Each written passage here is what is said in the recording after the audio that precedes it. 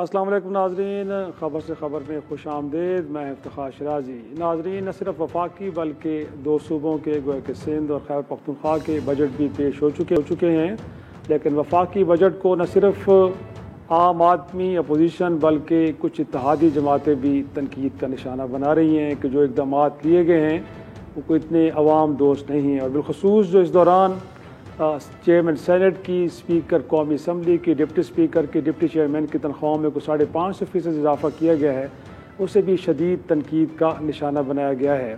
اور اگرچہ کہا یہ گیا کہ شاید وفاقی کابینہ کے پرائم منسٹر کے علم میں ایسا کچھ نہیں تھا، لیکن بعد کے نوٹیفیکیشن اس بات کو ثابت کیا کہ وفاقی کابینہ کی منظوری سے ایسا ہوا۔ اور ناظرین، اس دوران ہم دیکھتے ہیں کہ مڈل ایسٹ کے اندر بھی صورتحال کوئی اچھی نہیں ہے۔ ایران اور اسرائیل گویا کہ جنگ کی حالت میں ہیں، اور یہ جنگ کے بڑھنے اور پھیلنے کے خدشات آئے روز بڑھتے جا رہے ہیں۔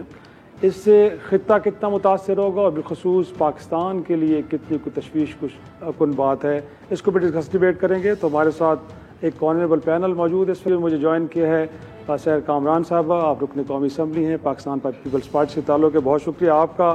ان کے ساتھ بیٹھے نوجوان ہمارے انجینئر گل اصغر خان بگور صاحب، آپ پاکی صاحب کا تعلق ہے اور پارلیمانی سیکرٹری ہیں آپ مواصلات کے، سر بہت شکریہ آپ کا بھی۔ اور رانا عاطف صاحب، آپ کا تعلق پاکستان تحریک انصاف سے، آپ بھی رکن قومی اسمبلی ہیں، سر بہت شکریہ۔ سب سے پہلے آپ کیونکہ حکومت پہ ہیں تو کہتے ہیں نا کہ ان کی ذمہ داری سب سے زیادہ بنتی ہے، اور تھوڑی سی گفتگو پہلے ہم کر لیتے ہیں مڈل ایسٹ کی جو صورتحال ہے، اس کے بعد پھر ہم چلیں گے جا کے تھوڑا سا بجٹ کو ڈیبیٹ کریں گے۔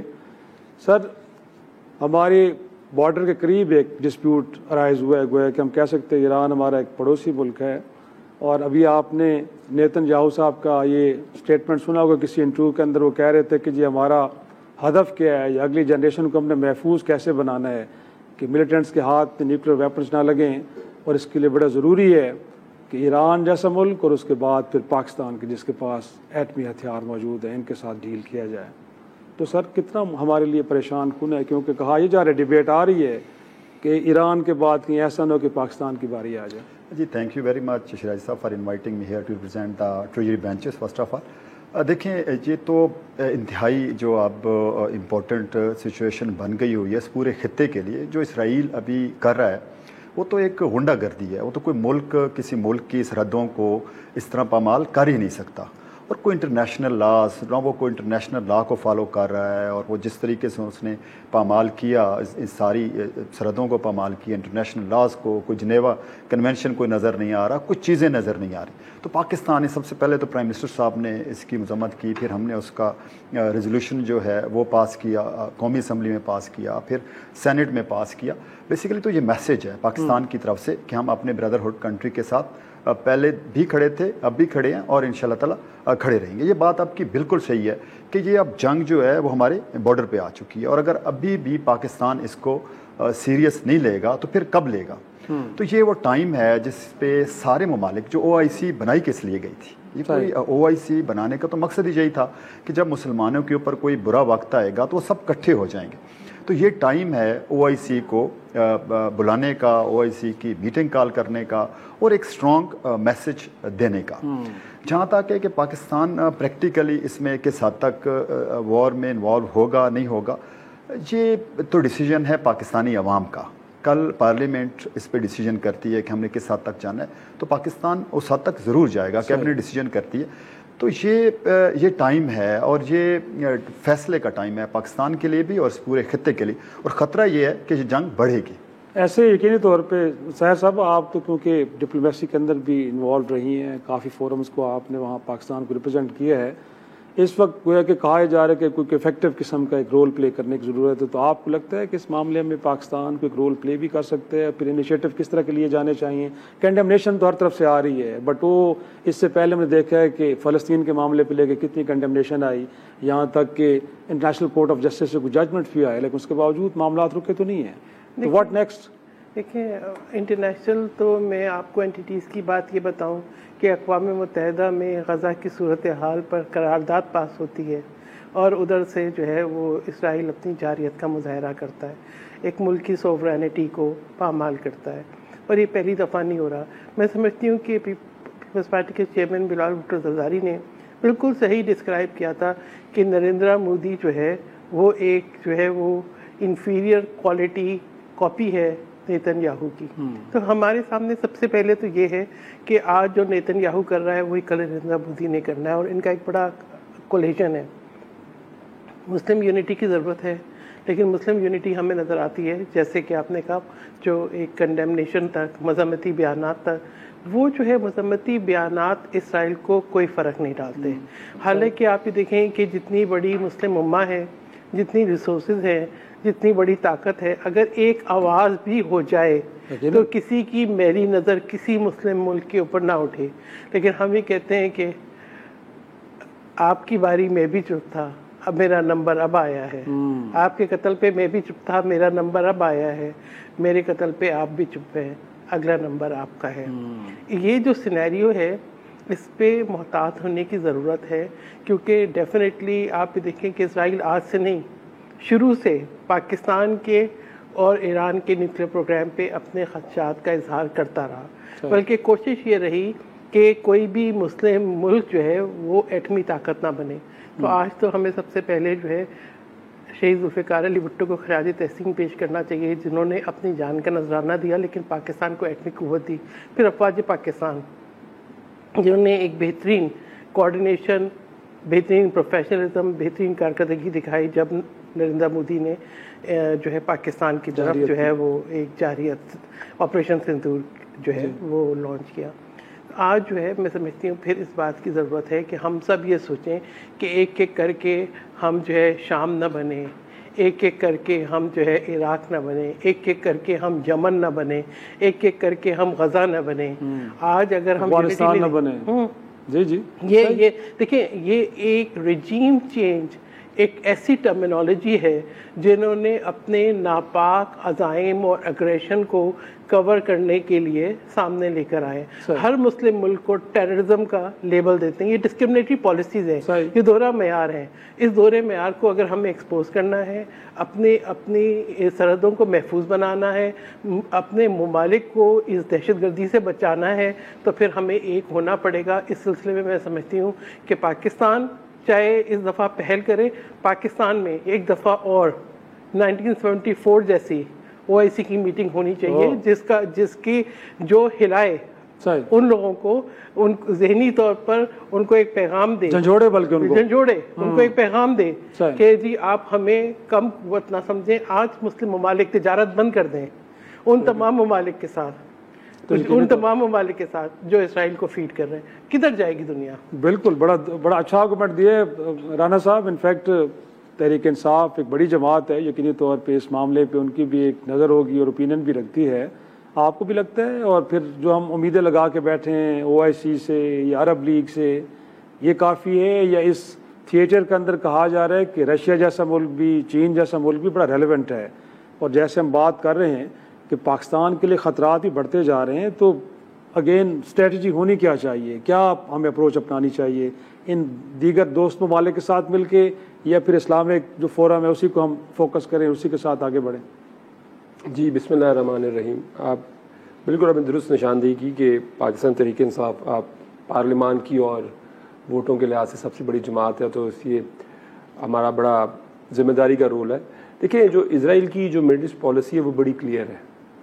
یوم کپور جو 6 ڈے وار ہوئی تھی 1970 ارلی 1970s میں، اس کے بعد ان کا کلیئر کٹ ان کی یہ مڈل ایسٹ پالیسی ہے کہ انہوں نے کوئی ہاسٹائل جو ایسا ملک ہے جو کہ اسرائیل کے وجود کو تسلیم نہیں کرتا، اور جو فلسطین کے جو لوگوں کی جو ان کا رائٹ آف ایگزسٹنس ہے اور جو اس کو کرتا ہے، تو انہوں نے اس کو نہیں رہنے دینا. یہ ان کی clear cut Middle East policy ہے.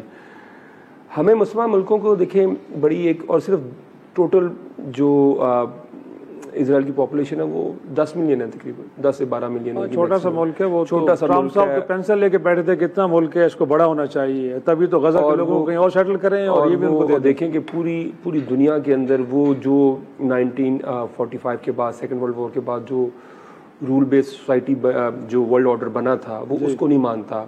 وہ کسی انٹرنیشنل کنونشن کو وہ نہیں مانتے، وہ کسی انٹرنیشنل آرڈر کو وہ نہیں مانتے.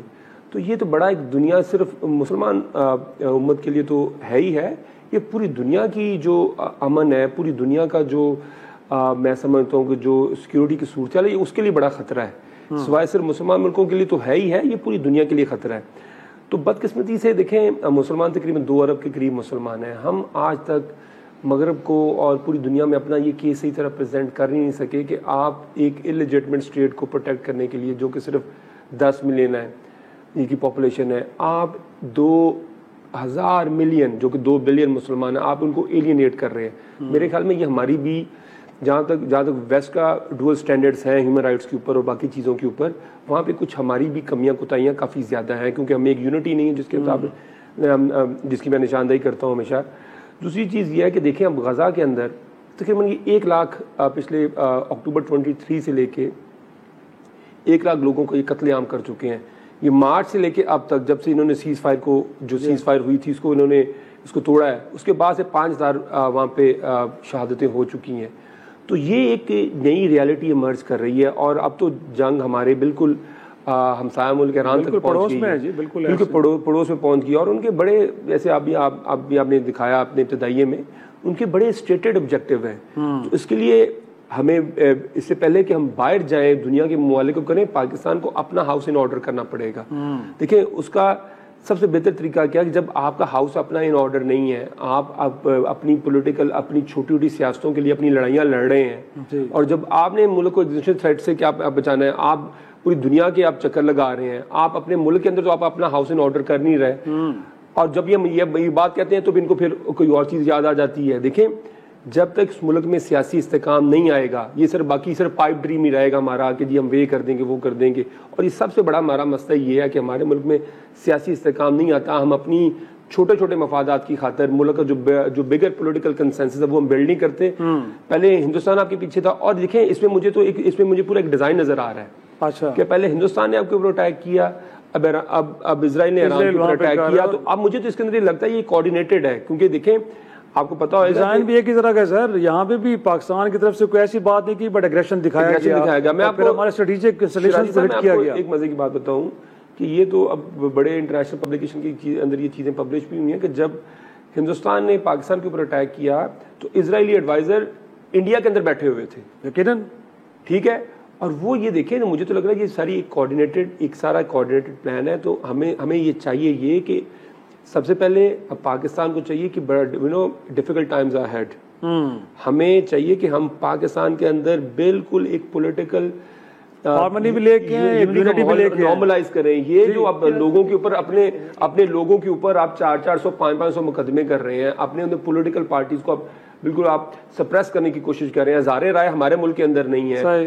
بات کرنے کی ہمیں آزادی نہیں ہے۔ تو جب تک ہم یہ نہیں کریں گے، جب ہم یہ کریں گے، اور سب سے امپورٹنٹ چیز یہ ہے کہ پولیٹیکل لیڈرشپ ہی قوموں کو جوڑتی ہوتی ہے۔ یہ پیپلز پارٹی 50 سال سے کہتی ہے ذوالفقار علی بھٹو کے ساتھ زیادتی ہوئی ہے، اب عمران خان کے ساتھ زیادتی ہو رہی ہے، تو اب یہ بالکل لب کشائی نہیں کرتے۔ تو ہمیں چاہیے کہ تمام سیاسی جماعتیں ایک نیشنل ایجنڈے کے اوپر آئیں جس میں بریک کا مجھے کہا جائے کہ بریک سے پہلے ایک پیس دینا کہ یہ تو چیز اس وقت آپ لگتا ہے ضرورت ہے۔ صرف ایک کمنٹ دینا ہے، نو پولیٹیکل کمنٹ۔ میں یہ کہوں گی کہ کیا اس بات کی ضرورت ہے کہ ہم یہ جائزہ لیں کہ کن کن مسلم ممالک میں جو ہے آپ کو ویسٹرن بیسز نظر آ رہی ہیں، یو ایس فیسلٹی کہاں پر ہے، ان کی ایئر بیس کہاں پر ہے، حملے کہاں سے ہو رہے ہیں، عراق کی کس جو ہے وہ ایئر بیس پہ کنٹرول جو ہے وہ یو ایس کا ہے، ایران پہ حملہ کہاں سے ہوا ہے۔ کیا ہم اپنی سرزمین کسی اور مسلم ملک کے خلاف استعمال ہونے دیں گے؟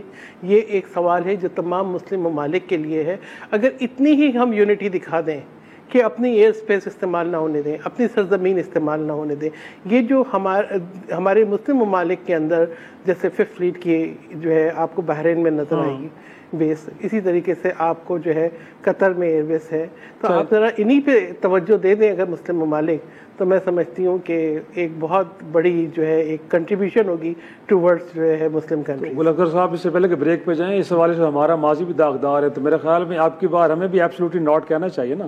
دیکھیے میں رانا صاحب سے معذرت کے ساتھ 2-3 چیزیں ضرور بتانا چاہوں گا کہ اب تو پولیٹیکل سٹیبلٹی جو ہے وہ پی ٹی آئی کو یاد آ گئی ہے کہ ان کے لیڈر صاحب اندر پڑے ہوئے ہیں۔ مجھے اچھی طرح یاد ہے کہ جب یہ کہا کرتے تھے ان کے لیڈر صاحب کے جو ایک منٹ میں تو یہ کہا کرتے تھے جی میں نے 18 میں چھوڑ دی تھی، وہ بھی میں آپ کو بتاؤں گا سر یہ کہا کرتے تھے کہ میں ایسے کر کے, یہ کون کہتا ہے, میں دیکھتا ہوں کہ کیسے باہر آتے ہیں, میں ان کے اے سی بند کر دوں گا, میں ان کو جیل میں یہ کروں گا. اور ادھر سے ابھی نندن جو ہے بھائی صاحب نے خود اپنے ہاتھوں سے, وہ سرنڈر ہی تھا اور کیا تھا, کیا ضرورت تھی واپس لگانے کی سزا دے رہے ہیں سرنڈر نہیں. میں یہ بات کر رہا ہوں کہ یہ نہیں ہوتا, یہ چیزیں دیکھیں وہ سب ہونا ہے. پولیٹیکل اسٹیبلٹی اس وقت بھی ضرورت تھی تو پولیٹیکل اسٹیبلٹی اس وقت بھی ضرورت ہے. اب یہ نہیں ہوگا بڑا دل دکھایا نا, حکومت میں ہے, حکومت ہمیشہ بڑا دل دکھاتی ہے, آپ اس بیڈ ایگزامپل کو کیوں لے کے چل رہے ہیں؟ سب سے بڑا مسئلہ خان صاحب کا پتہ ہے کیا ہے, یہ انہوں نے خود شروع کر دیا کہ وہ بڑی بڑی باتیں کرتے ہیں, عمل بالکل زیرو ہے. اب میں آپ کو بتاؤں 13 میں مجھے لے کے, آخری بات مجھے لے کے آئے 13 میں جی کہ آپ ان پرانے پولیٹیشنز کو فیس کریں. 13 سے 18 تک میں نے فیس کیا, مجھے ٹکٹ دے دیا, 13 ٹکٹ واپس کیے, مجھے خود بلایا ادھر بنی گالا میں, اور پتہ کیا کہا, ایسے اشارہ کر کے کہتے ہیں کہ سر آپ کے ٹکٹ کو تو یہ نہیں مارا, پھر انہوں نے چلانا تھا. ساری جماعتوں سے اس میں کوئی بھی اکیلی نہیں ہے, سب جماعت اس میں شریک ہے. چھوٹا سا بریک ناظرین, اور بریک کے بعد کچھ بجٹ کے حوالے سے بھی گلزکر صاحب نے تو کہا کہ جی دعوے تمام سیاستدان اور رہنما کرتے ہیں بٹ پورے کوئی نہیں کرتا. تو اس حوالے سے حکومت وقت پہ بھی تنقید ہو رہی ہے کہ پچھلے سال جو وعدے کیے تھے پورے نہیں ہوئے, اور اس دفعہ جو دعوے کیے جا رہے ہیں کہ وہ بھی پورے ہونے جا رہے ہیں کہ نہیں ہونے جا رہے. ایک چھوٹا سا بریک سے واپس آئیں گے, ڈسکشن کو آگے بڑھائیں گے. پروگرام میں ایک بار پھر خوش آمدید. اس سے پہلے کہ ہم بجٹ کے حوالے سے اپنے پینلسٹ سے گفتگو کریں, کچھ پبلک سینٹیمنٹس کیا ہیں, لوگ اس بجٹ کو کیسے دیکھ رہے ہیں, ان کی اوپینین کیا ہے, تو پہلے میں اپنے پینلسٹ کو سنواتا ہوں, اس کے بعد ڈیبیٹ کو آگے بڑھاتے ہیں. بجٹ میں تو غریبوں کے لیے کوئی چیز نظر نہیں آئی ہے, اور بالکل بھی جو ہے نا کسی نہ تو بجلی کی مد میں کوئی ریلیف ملا ہے, اور نہ ہی دیگر جو ہے نا اشیاء خورنوش کے حوالے سے, اور نہ ہی جو ہے نا وہ ملازمت کے حوالے سے کوئی بات کی گئی ہے. ساری چیز جو ہے وہ امیروں کے لیے ہی ہے اور انہی کو سہولت دی گئی ہے. اتنے تنگ ہے کہ کیا بتاؤں. ابھی کل میں نے 14,000 روپے بل جمع کرایا, کبھی بچوں کی فیسیں, کبھی کیا, بس حالات ایسے ہیں کہ ہر بندہ پریشان ہے. جو محنت طبقہ ہے پاکستان کا 70-75% جو لوگ ہیں, ورکرز ہیں, جو فیکٹریوں کے اندر کسی بھی ادارے میں کام کرتے ہیں, ان کے لیے 1 روپیہ بھی انہوں نے بڑھانا گوارا نہیں کیا. سرمایہ داروں کی گورنمنٹ ہے, مسلم لیگ نون کی کے پرائم منسٹر ہیں, لیکن ساتھ میں بیٹھی ہوئی پیپلز پارٹی اپنا منشور بھول گئی. وہ اپنی کرپشن اگر بند کریں, اپنا کھانا پینا کچھ کم کر دیں, اپنا اخراجات کچھ کم کر دیں, تو پاکستان لائے کچھ نہ کچھ بن سکتا ہے. اگر اس کے اپنا اخراجات اتنا ہے تو ہمارے لیے کیا سوچیں گے, کچھ بھی نہیں سوچیں گے. کوئی بھی ریلیف جو ہے نہیں ملا. سیلریڈ کلاس کی اگر میں بات کروں تو کچھ بھی نہیں بڑھایا ان لوگوں نے تنخواہ میں. کافی مہنگائی جو ہے بڑھ چکی ہے, اور کافی جو ہے مشکل ہے جو ہے سروائیو کرنا. یہ صرف آپ کو کتابوں میں ملے گا, ان کی بجٹ بک میں ملے گا کہ بھائی انفلیشن کم ہوئی ہے, لیکن اب انفلیشن اور بڑھتی جائے گی. اسپیشلی یہ جو کل سے ایک ریسنٹ ایران اور اسرائیل کا جو ایشو ہو گیا, اس سے آئل پرائسز بڑھ جائیں گی, تو اور آپ کے اوپر بڑا دباؤ آئے گا. جی گلزکر صاحب, انفیکٹ وہ کہہ رہے ہیں کہ جو گلف پہ لگی ہے 10% پرائس اوپر چلے گی نا پیٹرولیم کی, تو ماشاءاللہ آپ نے تو پہلے لیوی کو کہیں آسمانوں پہ کیا ہوا ہے, اب تو اس میں بھی گنجائش نہیں ہے. تو سر یہ کیسے, اور اوپر سے 550% سینٹ کے چیئرمین کی, اسپیکر قومی اسمبلی کی نیچے, اور میں بجٹ تقریر آپ نے بھی پڑھی ہوگی, لکھا ہو تو 6% تھا, بعد میں آپ لوگوں نے میرے خیال دباؤ ڈالا اور وزیر خزانے سے کہا کہ اس کو 10% تو کم از کم کر دیں. سر عام آدمی کے لیے 10 کروڑ 70 لاکھ لوگ خط غربت سے نیچے رہ رہے ہیں سر, جن کی 1200 روپے گویا کہ پر ڈے ایک طرح سے ان کی انکم ہے, ان کے لیے تو کچھ بھی نہیں ہے. الٹا آپ نے کاربن ٹیکس لگا دیا 2.5%, گویا کہ آپ پیٹرول ڈلوانے جائیں کہ بائک میں تو 2.5 روپے آپ کو سرکار کو دینے پڑیں گے. سر یہ بجٹ پہ عوام نہیں, آپ کے جو پڑوس میں بیٹھی پیپلز پارٹی وہ بھی تنقید کر رہی ہے. میں نے کل سینٹ میں تقاریر سنی ہے.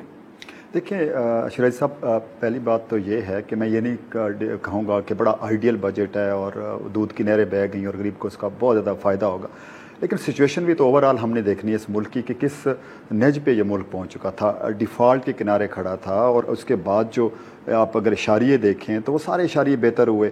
آپ کا جو 22% کے اوپر آپ کا انٹرسٹ ریٹ پچھلے سال میں تھا, اس کو ہم کہاں پہ لے کے آ گئے, 11-12% پہ لے گئے. مہنگائی کو ہم سنگل ڈیجٹ کے اندر کے لے کے آ گئے ہم نے. اوورآل جو آپ کی, اچھا یہ کوئی جو بجٹ ہوتا ہے نا, یہ سمپل, یہ کمپنی تو نہیں ہوتی کہ ریونیو تو ایکسپینڈیچر 2 چیزیں کر دیں تو یہ کمپنی. اس نے تو آپ نے پوری کی پوری فائنینشیل پالیسی دینی ہوتی ہے کہ ملک جو ہے بیسیکلی ڈائریکشن آپ نے دینی ہوتی ہے کہ ڈائریکشن اپنی لیوی کی. میں ساری چیزوں کو اب جو آپ نے باتیں کی ون بائی بتاتا جاؤں گا ہم نے کیا کیوں. جو آپ لیوی کی بات کر رہے ہیں کاربن ٹیکس کی, بیسیکلی ہمارے جو صرف موٹر بائکس ہیں نا, یہ $7 بلین کا جو ہے پیٹرول کھا جاتے ہیں. $7 بلین جو صرف موٹر بائکس. لیکن ہے تو غریب لوگ. نہیں, میں آپ اسی طرف آ رہا ہوں. باقی جو آپ کی جو ہے ہائیڈرو کاربنس انوائرمنٹ کے ایشوز ہیں، یا اب آپ جو ہم کہتے ہیں کہ کسان کی جو ہے وہ ایگریکلچر میں جو مائنس ہوا، یہ ہمارا نہیں ہوا. آپ انڈیا کا دیکھ لیں، یہ ہوا کیوں؟ یہ بیسیکلی تو انوائرمنٹل چینجز ہوئیں، اور انوائرمنٹل چینجز میں کبھی بارشیں بہت زیادہ ہو جاتی ہیں، ابھی بہت کم. یہ جو آپ کی ڈائریکٹ جو ہائیڈرو کاربن کی امپورٹ ہے، یہ سارا کچھ امپیکٹ کر رہی ہے، آپ کی جو ویدر کو بھی امپیکٹ کر رہی ہے. اس لیے ہم نے لگایا اس لیے ٹیکس کہ ہم نے اس کو اب کرنا ہے منیمائز، اور ہم نے ای وی کارز، ای وی بائکس، ان کو میکسیمائز کرنا ہے جتنا ہم میکسیمم کر سکتے ہیں. اب جو سیلریز کی آپ نے بات کی، دیکھیں 10% ہی ہم سیلری، جو پہلے 6% تھا. علیم خان صاحب جو ہمارے پارٹی کے ہیڈ بھی ہیں، ہی واز دا ون جنہوں نے باقاعدہ بیٹھ کے کیبنیٹ میں پہلے بندے جو شور مچایا کہ آپ اس 6% پہ بالکل مار جائے گا، آپ اس کو عام آدمی کی تو یہ انکم ہے 10%. اچھا، جو امپلائی آپ نے بات کی سینٹ کی یا گورنمنٹ کی، آپ نے وہ ایکسپینس ٹیچر شیٹ دیکھی ہے؟ اس میں سیکنڈ لاسٹ 8 میجر ہمارے ایکسپینسز ہیں، جو ہمارا 17,500 سم تھنگ کا بجٹ ہے، 533 ارب کا. 17,533 ارب میں آپ لسٹ نکالیں تو جو فیڈرل گورنمنٹ ہے وہ تو 7ویں یا 8ویں نمبر پہ، اس سے نیچے صرف ایک چیز ہے. باقی تو سارے اوپر ٹاپ کے اوپر آپ دیکھیں تو آپ کا تو جو جا رہے ہیں قرضوں کی مد میں جا رہے ہیں 8,000 کچھ، اور اب ادھر نکل گیا آپ کا 2500 ڈیفینس. اب ڈیفینس کو ہم بجٹ کیوں نہ دیں کہ ڈیفینس میں ابھی دیکھیں ایران کا کیا حال ہو رہا ہے، ہمارے پاس انڈیا نے جنگ مسلط کی تو وہ تو جسٹیفائیبل، ہم نے 20% اگر انکریز کیا تو کوئی اعتراض نہیں کر رہا سر. وہ 2500 تھا. اب آپ سبسڈیز کی طرف آ جائیں تو وہ اگر ہم نہیں دیں گے تو کہاں پہ آپ کھڑے ہوں گے؟ پینشنز اگر ہم 1,200 ارب پینشن ہے، پھر اس کے بعد بہت زیادہ شور مچے. میں سر بات کروں گا جو آپ نے اس کو کیپ کر دیا 10 سال کے لیے. سر اگر کوئی بیوہ سر 10 سال کے بعد جیے گی تو وہ کیا جا کے کسی خیرات مانگے گی، فاقے کرے گی؟ اگر اس کے ساتھ اس کے بچے بھی ہیں، کچھ ایسے بھی ہوتے ہیں لوگ کہ جو سر اس طرف بھی آ رہا ہوں. دیکھیں وہ جو آپ سوشل سیکیورٹی کی بات کریں 400 کچھ ارب تھا، ہم نے پچھلے سال اس کو 583 ارب پہ سوشل سیکیورٹی کے لیے. اس دفعہ ہم نے 700 سم تھنگ بلینز دیا، جو کہ میجر انکریز ہے، مور دین 30% انکریز ہے. اب دیکھیں یہ وہ لوگ ہیں جو آپ نے بات کی، اگر کوئی بیوہ ہے، بچی یتیم ہو گئی ہے، تو یہ جو بے نظیر انکم سپورٹ پروگرام ہے، یہ تاریخ میں سب سے پہلے ہم نے کچھ 700 سم تھنگ بلین دیا. تو جو ریلیف پاسبل تھا، ڈائریکشن ہم نے کیا دی؟ ڈائریکشن یہ دی کہ اب ہم اس کو جو آپ کی یہ ٹیکسز ہیں، ہم نے کتنے نئے ٹیکسز لگائے. ہم نے تو ریئل اسٹیٹ میں اگر دیکھیں تو ہم نے فیڈرل ایکسائز ڈیوٹی 7% اڑا دی، ود ہولڈنگ ٹیکس میں کیا، آپ کی اسٹامپ ڈیوٹی جو ہے ہم نے وہ 3% کم کر دی. غریبوں کی گاڑیاں مہنگی کر دی، امیروں کی سستی کر دی. سر وہ بھی تو ہے. دیکھیں گاڑی جو لاسٹ ایک منٹ، گاڑی کیوں کی؟ ای وی گاڑی نہیں کی سر. وہی پھر اگین انجن جو ہائیڈرو کاربن کا انجن ہے، اس کی گاڑی اس لیے مہنگی کی کہ ہم سبسڈی دے نہیں سکتے تھے. ہم نے کہا سی گاڑی مہنگی کریں گے تو ای وی گاڑی امپورٹ ہوگی. This was the reason. Sir Kamran صاحب آپ کیوں اتنا تنقید کر رہی ہیں بجٹ کے اوپر؟ دیکھیں کتنے اچھے فگرز انہوں نے پیش کیے. انہوں نے کہا ہم تو بڑا پبلک فرینڈلی ہے، پھر ایک پالیسی لائن ہم نے دے دی، ہم چیزوں کو ٹھیک کرنا چاہ رہے ہیں. But Peoples Party solar panel ہو یا باقی معاملات اس پہ احتجاج کر رہی ہے. دیکھیں میں کیا بات کہوں، مجھے سمجھ نہیں آتا. میں ایک سبجیکٹ پہ فوکس کرنا چاہوں گی، ورنہ اگر ہیلتھ اور ایجوکیشن سے سٹارٹ کروں تو شاید ہمیں جو ہے یہاں پہ ماتم کرنا پڑ جائے کہ حکومت کی پرائرٹی سامنے 0.8% 1%. جی. اور میں اب بات کرنا چاہوں گی ایگریکلچر کے اوپر، صرف ایگریکلچر کے اوپر، جس کو آپ کہتے ہیں ہماری معیشت کی ریڑھ کی ہڈی ہے. ویٹ گروورز نے پچھلے سال مئی سے لے کے اس سال تک 2.2 ٹریلین کا نقصان اٹھایا. جی بالکل ایسے. آپ کی جو ڈومیسٹک کپاس ہے، جو پروڈکشن ہے، اس کے اوپر 18% سیل ٹیکس ہے. پچھلے سال میں کپاس کا گروور ختم ہو گیا. ٹھیک ہے، اس کی ریڑھ کی ہڈی توڑ دی آپ نے. ٹھیک ہے، اور آپ نے جو ہے جو امپورٹڈ کاٹن تھی اور کاٹن یارن تھا اس پہ کوئی ٹیکس نہیں تھا.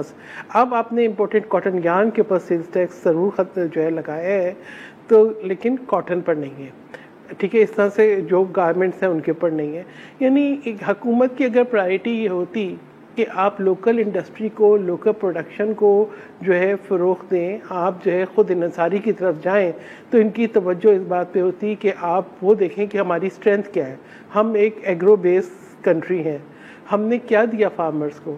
ہم نے کبھی نہ ان کو پانی ملتا ہے وقت کے اوپر، ان کو جو ہے بیج کے اوپر وہ سیل ٹیکس دیں گے، مہنگا بیج خریدیں گے، ان کا جو پروڈیوس ہے ایسی کوئی گارنٹی نہیں ہے.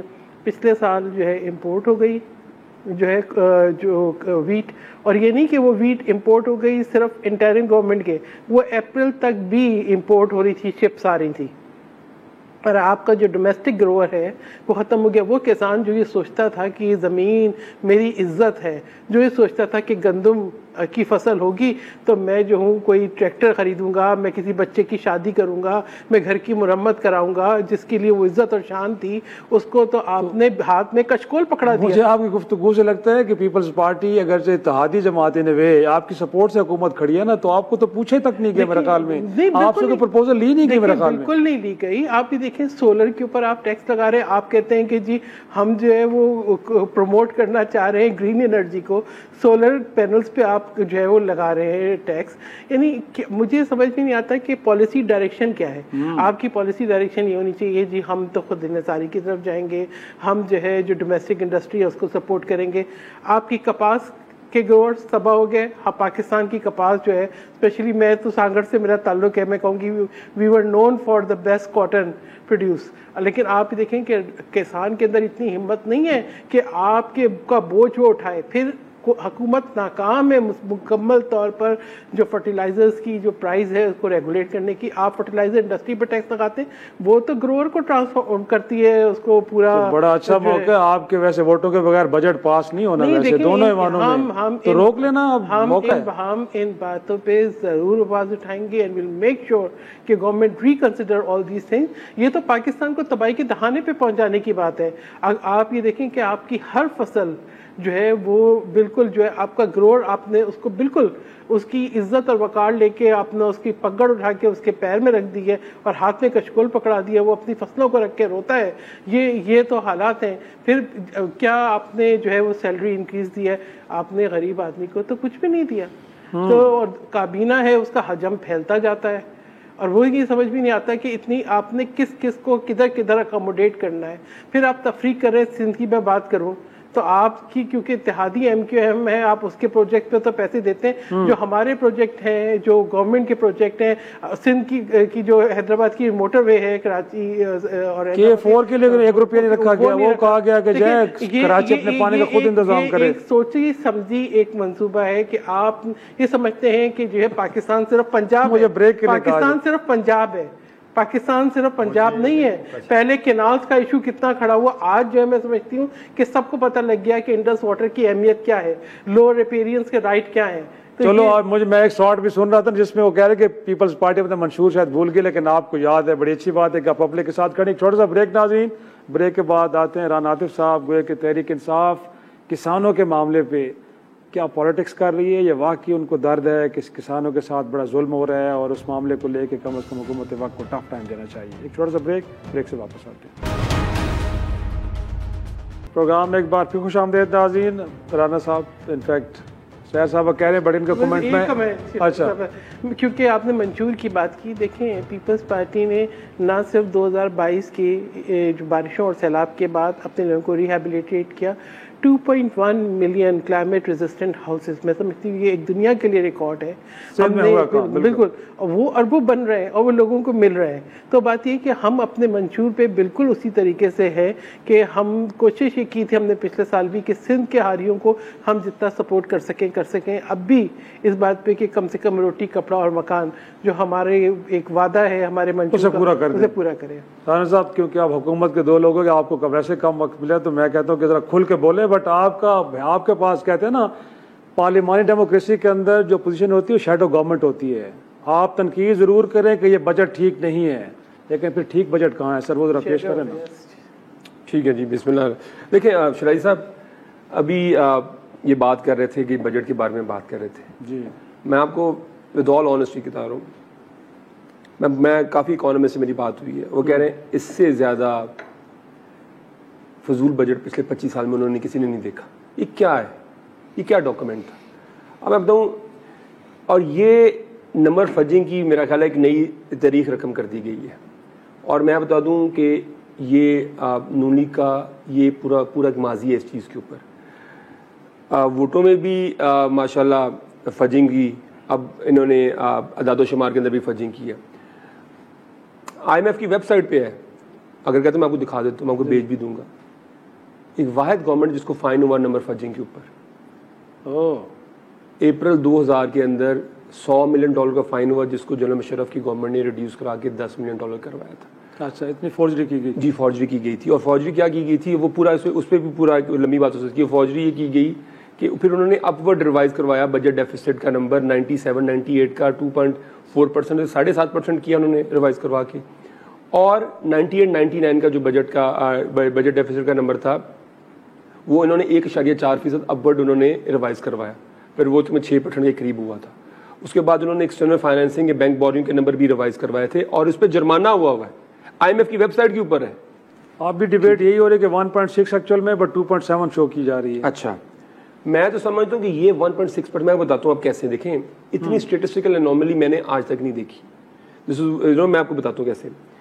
پہلے 9 ماہ آپ کے انڈسٹریل سیکٹر کے اندر نیگیٹو گروتھ, میجر کراپ آپ کی ساری نیگیٹو. اب انہوں نے کیا کیا, انہوں نے LSM تو آپ کی نیگیٹو جا رہی ہے, انہوں نے کیا کیا, جو اسمال اسکیل انڈسٹریز ہے جس کا کوئی ویریفائڈ ڈاٹا نہیں ہے اس کو انہوں نے اپورڈ کر دیا, کیونکہ اس کو ویریفائی نہیں آپ کر سکتے, اور ساتھ ہی اپنے لائف اسٹاک اور فارسٹری کے نمبر کو انہوں نے بڑھا چڑھا کے پیش کر دیا, اور لائف اسٹاک کا آخری سینسس 2006 کے اندر ہوا تھا. دونوں کو انہوں نے کیا کر دیا, انہوں نے ایگریکلچر کے اندر بھی 0.56% گروتھ شو کر دی, کیونکہ اب یہ ساری میجر کراپ فیلئر ہے. ٹھیک ہے, کارن لے لیں آپ, ویٹ لے لیں آپ, کاٹن لے لیں, ہر چیز کے اندر آپ کا یہ جیسے ابھی کہہ رہے 2200 ارب روپیہ تو آپ کے کسانوں کو صرف ویٹ کے اندر نقصان ہو چکا ہے, 2200 ارب. ٹھیک ہے, 2200 ارب روپیہ. جی. ٹھیک ہے, آپ کی دیکھیں جو آپ پہلے بزنس سائیکل کو سمجھیں, پاکستان میں اسمال اسکیل انڈسٹری کوئی اون اٹس اون کوئی چیز نہیں کری, وہ لارج اسکیل انڈسٹری کو سپورٹ کر رہی ہے, لارج اسکیل ڈکلائن کے اوپر ہے. ٹھیک ہے, اور آخری 3 مہینے کے اندر آپ نے اسمال اسکیل کے اندر آپ نے اتنی گروتھ شو کر دی کہ لگتا ہے ایسے کہ صرف اپنے نمبر کو ٹھیک کرنے کے لیے. پہلی بات تو میں یہ بتا دوں کہ یہ نمبر تو میں سمجھتا ہوں کہ 1% بھی گروتھ نہیں ہے, کچھ لوگ تو کہہ رہے ہیں شاید نیگیٹو گروتھ ہے, اس سال بھی نیگیٹو گروتھ ہے. تو یہ کہ نمبر کے اندر اسٹیٹسٹیکل ڈاٹا کے اندر اتنی زیادہ انوملیز ہیں کہ اس کو پورا پروگرام کیا جا سکتا ہے. لیکن میں صرف IMF تو شاباش دے رہی ہے کہ ٹھیک کام کر رہے ہیں ماشاءاللہ, ڈیزائن دے رہی ہے وہ کیا ہے, کیونکہ جو IMF کی شاباش ہے, چلیں پھر ان کو جو شاباش عوام سے لینی ہوتی ہے, IMF سے شاباش نہیں لینی ہوتی. یہ بھی ٹھیک ہے. اگلی چیز یہ دیکھیں, انہوں نے ابھی میرے بھائی بات کر رہے تھے کہ جی دیکھیں ہم تو وہ کر رہے ہیں موٹر سائیکل, پیٹرول پہ مجھے تو ہنسی آ رہی تھی, پیٹرول پہ ٹیکس لگا رہے ہیں کیونکہ موٹر سائیکل والا بیچارہ غریب آدمی ہے, وہ روزگار کے لیے جاتا ہے, وہ کسی چیز کے لیے کرتا ہے. آپ اس کو اس طرح ڈسکریج کر رہے ہیں کہ بیچارہ وہ غریب آدمی پس کے رہ گیا ہے. 2.5 روپے سال, اگلے سال 5 روپے. پیٹرولیم لیوی 2021-22 میں جب ہماری گورنمنٹ تھی عمران خان صاحب کی, تو 17% پیٹرولیم لیوی تھی جو پر لیٹر تھی, جو آج اس ٹائم اس پچھلے سال 80 روپے تھی, اس سال وہ 100 روپے سے بھی کراس کر دے گی. بجٹ ڈاکومنٹ آپ دیکھ لیں, انہوں نے تقریباً 1600 ارب روپیہ صرف پیٹرولیم لیوی سے اکٹھا کرنا ہے. یہ انفلیشن کا تو آپ دیکھیے گا آپ کو پتہ لگ جائے گا. دوسری چیز, انہوں نے بجلی کے بلوں کے اوپر جو ٹیکس لگا کے انہوں نے جو ٹیکس اکٹھا کیا ہے سال, وہ 1100 ارب روپیہ انہوں نے وہ اکٹھا کیا ٹیکس. ٹھیک ہے, جو غریب آدمی کے لیے, میں صرف یہ 2 آپ کو ابھی ہیڈ بتا رہا ہوں, صرف یہ جو ایک تقریباً 1200 روپیہ انہوں نے پیٹرولیم لیوی سے اکٹھا کیا, 1100 ارب روپیہ 2300 ارب روپیہ تو انہوں نے لوگوں کی, عام آدمی غریب آدمی کی جیب پہ, میں کہتا ہوں یہ ڈاکہ مارا. یہ ٹیکس نہیں ہے, یہ جگہ ٹیکس ہے, یہ ایکسٹورشن کے زمرے میں آتا ہے. اس کے بعد اب آپ دیکھیں کہ یہ کہہ رہے ہیں کہ جی انفلیشن کا نمبر نیچے آ گیا.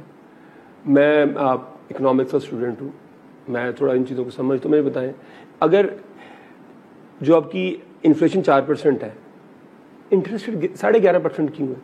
اتنا زیادہ گیپ مجھے دنیا میں ایک ملک یہ بتا دیں کہ انفلیشن کے اندر اور انٹرسٹ ریٹ کے اندر اتنا گیپ مجھے آپ پوری دنیا میں کسی ایک ملک میں بتا دیں, بلکہ پاکستان کی مجھے کبھی تاریخ کے اندر بتا دیں. اگر 4% انفلیشن ہے تو آپ کو چاہیے تھا کہ کم از کم 200 بیسس پوائنٹ جو آج ہی آپ نیچے ریڈیوس کرتے ہیں نا. اس کا مطلب یہ ہے کہ جو کور انفلیشن ہے وہ تو 10-11% سے اوپر ہے. اگلی چیز میں آپ کو بات بتاؤں, انہوں نے جو FBR کو ٹیکس اکٹھا جی کر نہیں سکتے, اب آپ انہوں نے ڈریکونین پاور دے دی ہے FBR کے افسر کو. میں بتاتا ہوں, FBR کے افسر کو انہوں نے تھانے دار بنا دیا, پولیس کو یہ ٹھیک کر نہیں سکے, اس کو بھی پولیس والا بنا دیا. کیا ہے کہ اگر یہ اتنی الارمنگ بات ہے اس ملک میں جس میں انویسٹمنٹ آل ٹائم FDI جو ہے پاکستان میں, investment to the GDP all time low ہے, جنگوں کے درمیان بھی اتنی لوئسٹ انویسٹمنٹ نہیں تھی. اور یہ انفلیشن کی بات میں انفلیشن میں ایک پورا کامنٹ کر کے میں ادھر آتا ہوں جو FBR کے اوپر, کہ 30% انفلیشن 2 سال لگاتار رہی ہے, 22, 23 اور 23, 24. یہ پاکستان کی طریقہ ایک ریکارڈ تھا. اب ویسے اور بتاؤں, یہ شرح مہنگائی ہے, مہنگائی نیچے نہیں ہے, شرح مہنگائی. سپیڈ کم ہوئی ہے. ایک چیز ہوتی ہے کہ وہ اس کی سپیڈ تو نیچے آنی ہوتی ہے, جب چیز ایک اتنی تیزی سے آپ نے اس کو کریش لینڈنگ کر رہی ہے تو خود ہی وہ رک گئی بیچاری, کیونکہ لوگوں کی قوت خرید ہی نہیں رہی. میں FBR کی طرف آتا ہوں. بریک کے لیے سر وہ ون لائنر ہے. FBR کے آپ نے اس کو افسر کو کہا کہ اس نے کمشنر کو بھی نہیں بتانا, اور وہ اگر سمجھے کہ اسے شک گزرے, اگر وہ شکر یہ نہیں کہتی کہ پاس سے گزر کے اس کو شک ہو گیا کہ میں نے پکڑنے, اب وہ کیا ہوگا, اب بزنس مین کو وہ اور ہیراس کرے گا. اس سے کیا ہوگا, دیکھیں آپ پہلے, اور میں ایک اور سوال پوچھتا ہوں, اگر اس کا شک غلط ان کا تو پھر اس افسر کی کیا سزا ہوگی؟ بڑا اہم سوال ہے. بریک کے بعد آپ کی طرف یہ سوال میں لے کے آ رہا ہوں سر. ایک چھوٹا سا بریک سے واپس آتے ہیں. پروگرام میں ایک بار پھر خوش آمدید. رانا صاحب آپ کا کمنٹ ایک, پھر میں کوشچن وہی جو آپ نے کیا وہ میں لے کے آتا ہوں گلزار صاحب کی طرف. دیکھیں ابھی یہ کہہ رہے تھے کہ انہوں نے یہ گرین انیشیٹو کی بات کر رہے تھے, سولر کے اوپر آپ نے ٹیکس لگا دیا ہے. ان کا مطلب کہ اگر کسی وجہ سے غریب آدمی کوئی کاروباری حضرات اپنی کاسٹ کو نیچے کر دیں سولر کی وجہ سے, ان کو ہم نے آپ کو وہ بھی نہیں کرنے دینا. دیکھیں بزنس کرنے کی جو آپ کا جو کمپیٹیٹیونیس ہے, بجلی کی کھپت تو آپ کے ملک میں آلریڈی نیچے جا رہی ہے. پچھلے سال آپ کے ملک میں 10% آپ کے اندر بجلی کی کھپت میں ڈکلائن آیا ہے, کیونکہ عام آدمی کی قوت خرید آپ نے ختم کر دی ہے. ایکسپورٹ کی میں آپ کو آخری بات بتا دوں جی, ایکسپورٹ کا نمبر ہم چھوڑ کے گئے تھے 2022 کے اندر $32 بلین. یہ آپ کے ناظرین کے لیے بڑا امپورٹنٹ ہے کہ ملک میں تو انویسٹمنٹ ہونی ہے اور انویسٹمنٹ اس سے اور نیچے جائے گی. $32 بلین ایکسپورٹ نمبر چھوڑ کے گئے تھے. آج آپ کے لوگ کارخانے لگا رہے ہیں, ایون لوگ تھائی لینڈ کے اندر کارخانے لگانے شروع کر دیے ہیں, بنگلہ دیش میں دوبارہ لوگوں نے کارخانے لگانے شروع کر دیے. ہم $32 بلین پہ ایکسپورٹ چھوڑ کے گئے, انہوں نے پہلے سال $4 بلین ایکسپورٹ کم کر دی. اس سال تقریباً یہ $32 بلین 30 جون کو جو یہ سال ختم ہوگا, ایکسپورٹ اب $32 بلین پہ ختم کریں گے. اس کا مطلب ہے کہ 3 سال کے اندر آپ نے زیرو گرو کی ایکسپورٹ کے اندر. اور 2013 کے اندر پیپلز پارٹی $24 ارب ایکسپورٹ چھوڑ کے گئی تھی. انہوں نے 5 سال کے اندر $1.5 بلین ایکسپورٹ کم کر دی. اور یہ جی ڈی پی کی بھی بات کر رہے تھے, جی ڈی پی اس خطے کا جو ساؤتھ ایشیا ہے اس کا جو جی ڈی پی کی شرح تھی جو گروتھ ہے وہ 5.7% ہے. اور جو ساؤتھ ایسٹ ایشیا جس میں بھوٹان, نیپال, مالدیپ, اس کی جو جی ڈی پی کی گروتھ ہے وہ 4.5% ہے. ہم اپنے خطے میں بھی کوئی 1/3 ہم نے گرو کیا. گلزار صاحب بہت لمبی چارج شیٹ ہے, میں تو بہت سارے پوائنٹس بھول بھی گیا ہوں, لیکن ترجیحات کی جو بات آپ کریں تو سیر صاحبہ نے بھی کہا سر 0.8% ہیلتھ کے لیے رکھ رہے ہیں, 1% تعلیم کے لیے رکھ رہے ہیں, 2 کروڑ 70 لاکھ بچے آفٹر اسکول ہیں. ایچ ای سی کا جو بجٹ تھا اس کو بھی 70 ارب سے 39 پہ لے کے آ گئے. سر یہ ترجیحات ہیں. اور پھر وہ جو ایف بی آر کو تھانے دار بنا دیا آپ نے, جس کا کاروبار بند کرنا ہے کاروبار بند کر دو, جس کے اکاؤنٹ فریز کرنے وہ کر دو. سر یہ تو لوگ واقعی بھاگیں گے یہاں سے. سر میں بالکل ایک چارج شیٹ کے جواب دوں گا, آپ نے مجھے ٹائم دینا ہے. دیکھیں بالکل دیکھیں اس میں ان کا تو سمپل سا جواب ہے کہ جس حال میں اس ملک کو چھوڑ کے گئے تھے, ہم نہیں کہہ رہے, پوری دنیا کہہ رہی تھی کہ یہ ڈیفالٹ کرنے جا رہا ہے. ہم نے اپنی سیاست کی قربانی دی صرف ریاست کے لیے, اور ہم نے وہ اگر ہم مشکل فیصلے بھی نہ کریں, ہم بھی ان کی طرح کوئی ایسے ریلیف دینا شروع کر دیں جو ملک کے لیے نہ ہو. اتنا آسان نہیں ہے یہاں پہ بیٹھ کے یہ سارا دیکھیں ہمارا جو tax to G D P ratio ہے, عام آدمی کو میں سمجھانے کے لیے بتا دیتا ہوں, یہ 8% تھا, اب جا کے 12% ہوا ہے. تو یہ جو کہہ رہے ہیں کہ ہم نے تھانے دار بنا دے, اگر ہم انفورسمنٹ نہیں کریں گے پوری دنیا میں کیا ٹیکس کی, ہم یہ نہیں کہہ رہے کہ ٹیکس جو ہے نہ دینے والے کو ہم جا کے پکڑ لیں گے.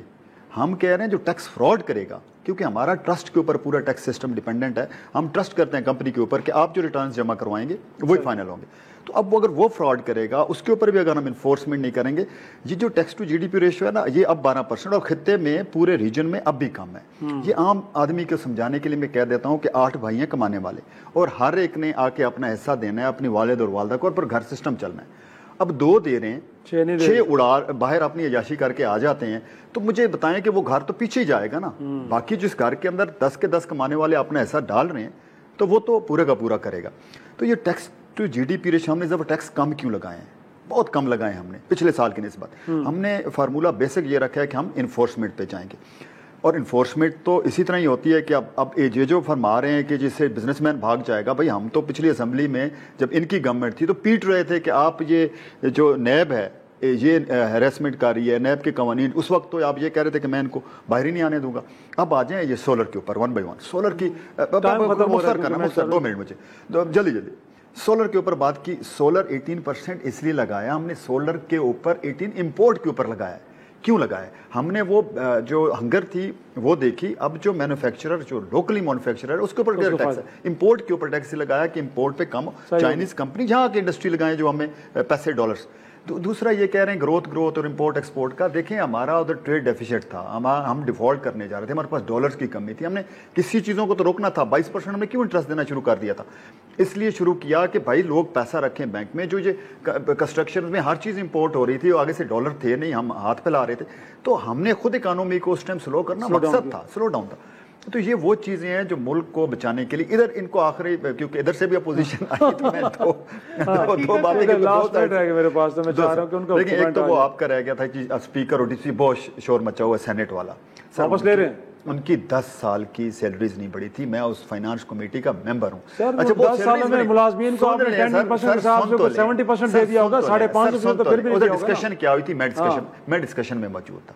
ڈپٹی اسپیکر صاحب نے کہا ہم نے سیلری نہیں لینی, ادھر سے بھی میسج آیا ہم نے سیلری نہیں لی. جو کمیٹی بیٹھی تھی سر نہیں ہم نے یہ نہیں کہا نہیں. اب سن لیں, ہم نے یہ کہا تھا کہ دیکھیں آپ کا جو چیف جسٹس ہے, جسٹسز ہیں اور باقی جو سرمونیل ان کے جو فگرز ہیں, ہم نے ایون لنک کیا تھا, یہ نہیں کہا تھا ان کے برابر کرنا ہے, نہیں برابر نہیں لنک کیا ہم نے, کہا اسٹیٹس وائز برابر کر دیں, لیں آپ بے شک نا 2 بندے. پارلیمنٹ کا تو نہیں بڑھائی ہم نے, صرف وہ ان کو سرمونیل کیا. شور اتنا مچ گیا کہ وہ لے نہیں رہے, وہ لے نہیں رہے. اچھا یہ کہہ رہے ہیں کہ ہم نے نہیں رکھا اس کے لیے جو اس کی سڑک کے لیے. سر ہم نے 15 ارب میرے پاس میں اضافی چلا گیا ہوں, 15 ارب ہم نے رکھا ہے موٹر وے کے لیے. پروجیکٹ ہو آپ 15 ارب رکھیں, میں اس بات پہ کچھ بھی نہیں کہوں گی. میں صرف ایک بہت ہیومینیٹیرین بیسس پہ ایک بات کہوں, یہ حال ہے اس حکومت کا کہ پی ٹی وی کے ملازمین کو, کانٹریکٹ ملازمین کو 3 مہینے کی, اور جو ریگولر ملازمین ہیں ان کو 2 مہینے کی سیلریز عید کے موقع پہ بھی نہیں ملی, جبکہ اسٹینڈنگ کمیٹی میں یہ وعدہ کیا گیا. یعنی اب پی ٹی وی کا حال بھی جو ہے وہ بدتر ہو جائے گا ان تمام اینٹیٹیز سے جن کو یہ پرائیویٹائزیشن کی بات کر رہے ہیں, جن کی پروسیڈ کو یہ دکھا رہے ہیں ایز ریونیو. لیکن آپ یہ دیکھیں کہ پرائیویٹائزیشن پہ ایکسپینڈیچر تو ہو گیا ہے, مجھے نہیں پتا جنریٹ انہوں نے کیا کیا یا نہیں کیا. اچھے خاصے چلتے ہوئے اداروں کو بھی, یوٹیلیٹی اسٹورز 1 ایگزامپل ہے جس طرح سے انہوں نے اس کو بند کر کے تباہی کے دہانے پہ لے آئے. تو یہ جو ہے نا, میں سمجھتی ہوں کہ کوئی ایسی مثال نہیں ہے جس کو ہم بولیں کہ حکومت کا ڈائریکشن صحیح ہے. بالکل ڈائریکشن صحیح نہیں ہے. شارٹ سائٹڈ پالیسیز ہیں, فرسٹ فگرز ہیں, بجٹ کا ڈاکومنٹ بن گیا ہے. جب حقیقت آتی ہے, آپ کی انفلیشن اس وقت کم ہوگی جب آپ کی جو ہے middle class, lower middle class, آپ کا ایک عام آدمی ریلیف محسوس کرے. جس کو ریلیف نہیں ملتا, ٹھیک ہے, وہ تو آپ کہتے ہیں کہ بلو دا پاورٹی لائن جا رہا ہے, اور پھر آپ باقی چیزوں کو جسٹیفائی کرتے ہیں. مجھے صرف یہ بتا دیں سوچ کے کہ وہ عید ان ملازمین نے کیسے پینشنرز کو پینشن نہیں مل رہی, انہوں نے کیسے گزاری ہوگی جو اپنے بچوں کے پاس. لاسٹ کمنٹ شاہد صاحب دیکھیں, 50% لوگ شاہد صاحب میں آخری 50% لوگ غربت کی لکیر سے نیچے چلے گئے, اور یہ پروگریس ہو رہی ہے. شاہد صاحب ہم بھی یہ نعرہ لگا سکتے تھے امپلائیز والا, پچھلے 100 سال میں یہ ثابت ہو گیا کہ اسٹیٹ کا کام نوکریاں دینا نہیں ہے. پھر وہی نوکریوں کی چھین دیکھ لو کہ 40 پیدا نہیں کر رہے جو ہے چھینی جا رہی ہے, جس کا نہیں ہے. میں نے اپنے ڈپارٹمنٹ میں 5000 نوکری ختم کی ہے. آپ کی جو ہے کولیپس ہو رہی ہے. کس دن آپ نے انٹرسپیکشن کیا ہے؟ 22% انپلائمنٹ ریٹ ہے. ہم نے 40,000 نوکری ختم کی, ہم تو کہہ رہے ہیں ختم کی ہے. ہم نے ختم 40 لاکھ ختم کر دیں گے. میرا لاسٹ کمنٹ آپ یہ لے لیں, دیکھیں کیا حکومت نے ایف بی آر کا یا کسی کا کوئی کیا ہے اکاؤنٹیبلٹی؟ آپ کی ناکامی بڑے سوالات پوسٹ آفیسز میں ایک پوسٹ آفیسز میں چھوٹی کی جاب ہوتی ہے. اب وہ ہم نے جو میں